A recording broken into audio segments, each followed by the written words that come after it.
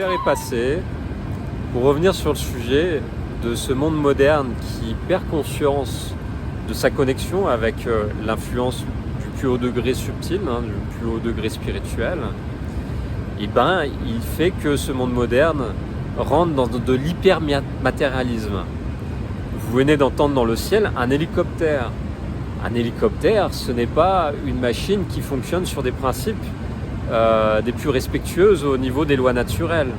Il va consommer du carburant fossile, il va émettre des gaz toxiques pour la nature, pour l'environnement, il va émettre des sons très nocifs pour l'être humain qui le perturbent dans ses fréquences de connexion avec le plus subtil. Et en plus, ça coûte cher et ça ne met pas de l'harmonie dans la nature. Alors qu'à l'heure actuelle, nous maîtrisons des technologies dans des laboratoires qui restent quand même à notre époque très discrets et utilisées pour l'armée, des technologies d'anti-gravitation qui permettent de la lévitation au niveau électromagnétique. Les Japonais l'utilisent pour le train à grande vitesse. Il y a d'autres endroits dans le monde qui l'utilisent aussi. Et il est possible d'avoir des véhicules comme ça qui n'utilisent pas les énergies fossiles et qui rentrent dans une voie de respect de la nature, d'équilibre avec la nature et la nature humaine. Sauf qu'à l'heure actuelle, il y a des volontés d'utiliser le pouvoir matériel au détriment du centrage et de la nature spirituelle. Et ce qui se passe, c'est un décentrage du niveau collectif humain qui perd aussi cette connexion parce que la tête du corps mystique de la société, c'est-à-dire les dirigeants de ce monde, sont peut-être pas totalement connectés avec les plus hauts degrés, les plus hauts gros enseignements de la spiritualité. Et ça, dans ces voies du lamaïsme qui reste plus proche du peuple, j'ai fait ces vœux de Bodhisattva en entrant dans le temple du Dzogchen, c'est de rester auprès du peuple et de transmettre cette sagesse avec des mots simples et de m'adapter à la souffrance et de vivre plus proche de la pauvreté et de donner ce que je gagne de l'œuvre du temple pour aider les plus pauvres à manger puis à s'enrichir aussi de connaissances pour sortir de la souffrance. Là, c'est la voie des réalisateurs solitaires qui sont liés à la voie du Vajrayana et qui sont dans ce devoir de rester au plus proche comme ça de l'humain pour l'aider à s'éveiller et à s'élever. À l'heure actuelle, les sociétés modernes qui sont dans des grandes hyperstructures, telles que vous voyez les infrastructures derrière moi, tous les bâtiments, mais aussi au niveau des traditions, au niveau des religions, qui sont plus, on va dire, dans des ordres hiérarchisés, où il va avoir un grand pape, une grande tête pensante, en tout cas de l'ordre de la structure spirituelle, qui malheureusement des fois rentre dans un côté totalement dans une corruption, fait que tout l'édifice qui repose sur une seule personne au niveau de la connexion spirituelle, tout l'édifice devient corrompu en fait dans son ensemble. Comme les mycorhizes d'un champignon, s'il y a une partie qui est malade, ça va inonder tout l'ensemble. Et nous sommes tous connectés comme ça, qu'on appelle par la voie de l'interdépendance, qu'on voit dans le bouddhisme. Et à l'heure actuelle, comme vous pouvez voir dans ces manifestations de ce féminin sacré ici au Brésil, au travers la manifestation des femmes indigènes, des leaders politiques ici féminines. Começar em primeiro lugar agradecendo a Deus, agradecendo o povo brasileiro, agradecendo ao presidente Lula que escolheu 11 mulheres para ser ministra do seu governo. Quero cumprimentar de um modo muito especial aqui a nossa ministra Cacica, que é a nossa querida Soninha Guajajara, que comanda o Ministério dos Povos Indígenas. Nossa querida Joênia, que já falou aqui, que comanda a FUNAI. E quero cumprimentar também a ministra Daniela, que acabou de falar e teve que sair. Nossa ministra Cida, ministra das Mulheres, que lidera todas nós com políticas públicas transversais para que os direitos das mulheres sejam respeitados e implementados. E quero também cumprimentar aqui na pessoa da Amayal Caiapó, da Silva que estava aqui, que fez essa acolhida tão carinhosa, todas as mulheres que estão aqui, Wanda e todos, muitas companheiras, a Celinha já saiu, não vou poder falar. Meus amigos, minhas amigas, seguinte, se a gente fizer um pouquinho aqui, 3 segundos de silêncio, e a gente pensar o que passava na nossa cabeça há um ano atrás, como a nossa maior preocupação. Eu tenho certeza que todo mundo pensou o seguinte: há um ano atrás, Cida, Celinha, companheira Cristina, que representa aqui nossa ministra Esther da gestão, o que passava na nossa cabeça como a maior preocupação era o receio de que aquele que é contra as mulheres, é contra os povos indígenas, é contra a democracia, ganhasse de novo a presidência da República. Porque o Brasil não ia aguentar mais 4 anos de Bolsonaro.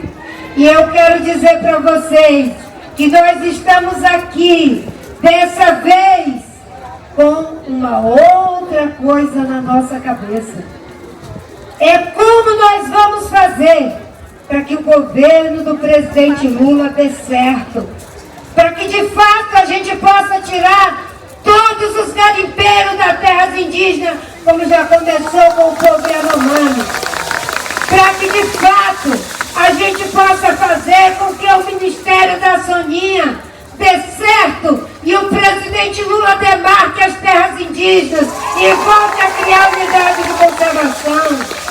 A gente está preocupado aqui é que o nosso país volte a se desenvolver para gerar emprego, para gerar renda e para que a gente não tenha mais 33 milhões de pessoas vivendo com apenas R$1,30. Nós estamos aqui para dizer que o povo indígena se mobilizou em todas as aldeias e eu fico muito feliz com a coragem de vocês, porque eu escuto muita gente dizer: na minha comunidade foi 70%, foi 80% para Lula e não Bolsonaro. Os povos indígenas deram uma demonstração de coragem para ajudar a salvar o Brasil do caos que estava para acontecer. E eu estou aqui para dizer que é com muita alegria que pela 3ª vez eu estou como ministra do Meio Ambiente a convite do presidente Lula. E vamos trabalhar todo mundo junto para que a gente possa, daqui a 4 anos, ter orgulho daquilo que a gente fez. A gente já tem orgulho de que no primeiro dia de governo o presidente Lula revogou o decreto que estimulava o garimpo em terra indígena. Já temos muito orgulho de que voltou o Fundo Amazônia e que já decidiu que haverá recurso prioritário para demarcar a terra indígena, para combater garimpo e para fazer com que a gente volte a ter segurança alimentar. O resto das coisas, o presidente Lula, ele mesmo virá aqui dizer no dia 28 o compromisso que ele tem com cada um e cada uma de vocês. Aqui é uma plenária de mulheres que tem muitos homens junto com a gente aqui solidário. Mas eu quero dizer para vocês, eu gosto muito quando as meninas chamam umas às outras e dizem: vem agora a parentíssima Soninha, a parentíssima Joênia, a parentíssima Célia. Viu, Cida? Nós queremos ser primíssimas, parentíssimas também, porque estamos juntos na mesma luta viva o povo indígena. e que vocês continuem sendo a raiz mais profunda desse governo Lula. Muito obrigado, companheiros!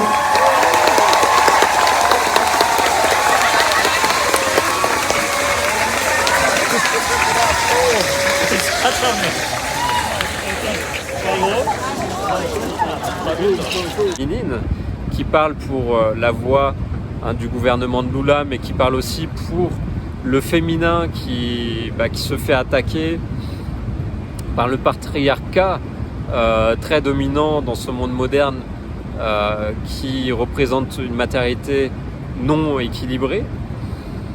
Et vous pouvez voir que la Shakti, comme on dit en Inde, se révolte. Et la Shakti, c'est quoi? C'est la force de la nature. Et cette force de la nature, quand elle n'est pas équilibrée, elle pousse à l'autodestruction pour se débarrasser du virus. Et qui est le virus à l'heure actuelle? Comme sur un chien qui est rempli de puces, qui va se secouer et plonger dans l'eau pour se débarrasser de ses puces, et la Terre actuellement, elle envoie des ondes pour réveiller les humains, sortir de leur côté autodestructeur et lancer des processus d'autodestruction dans le psychisme des humains.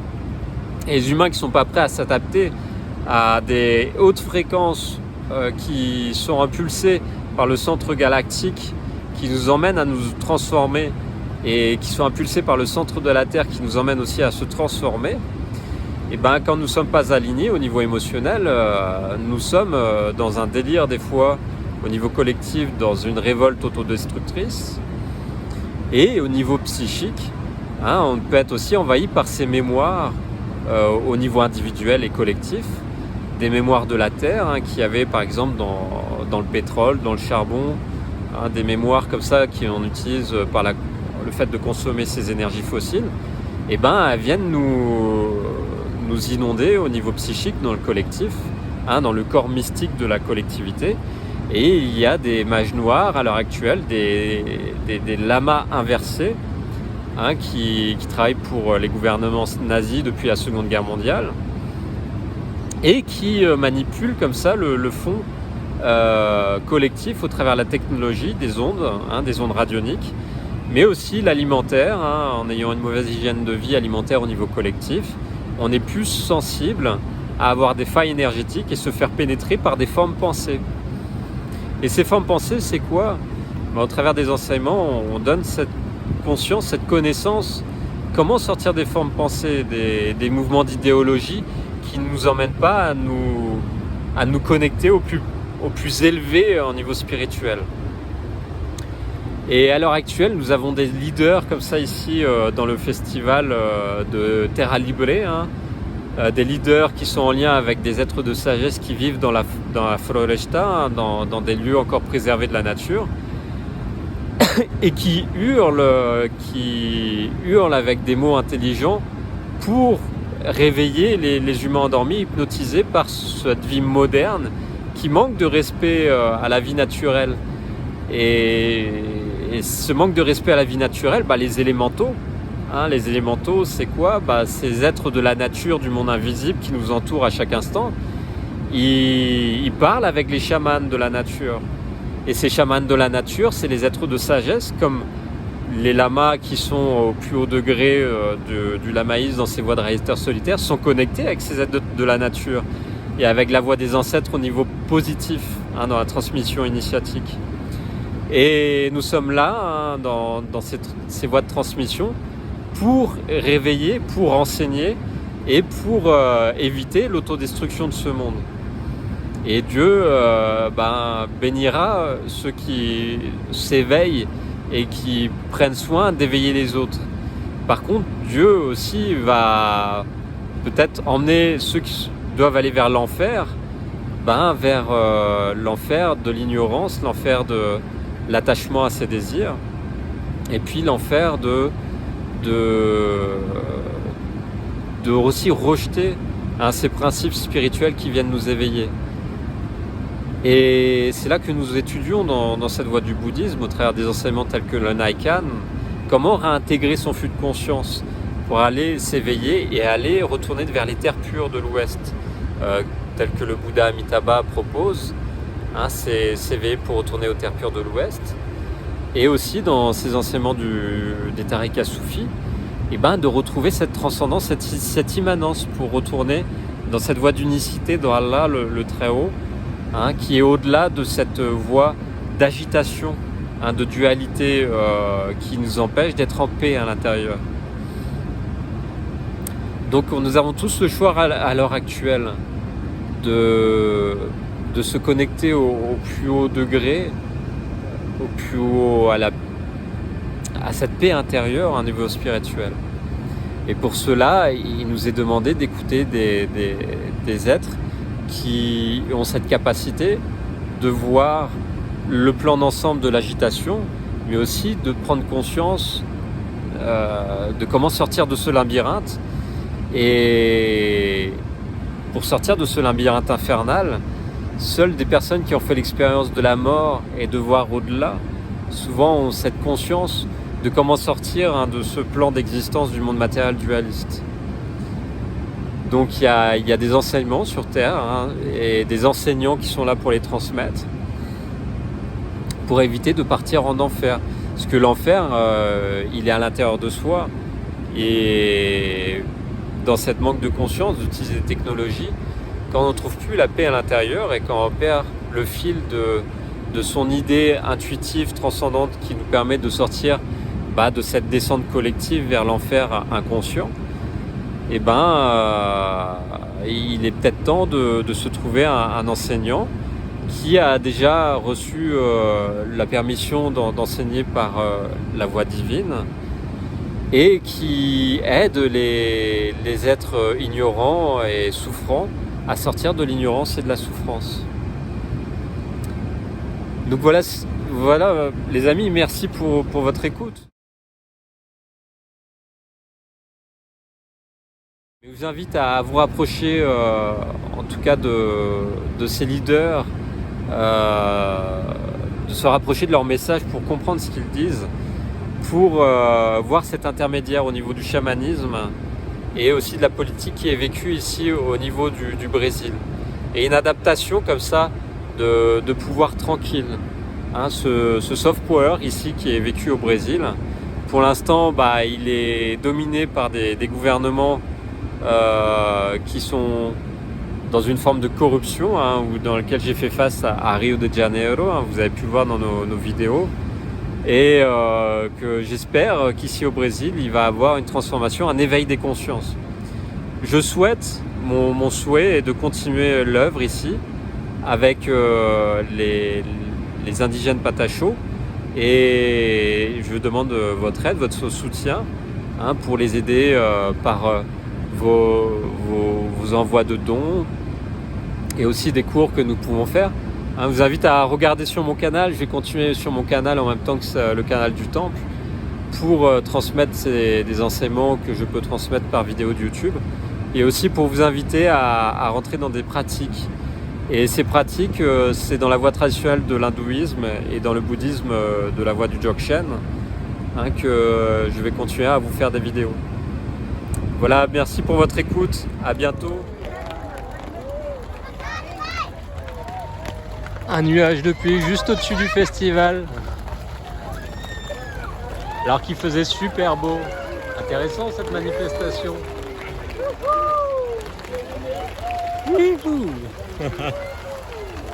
Merci les ancêtres.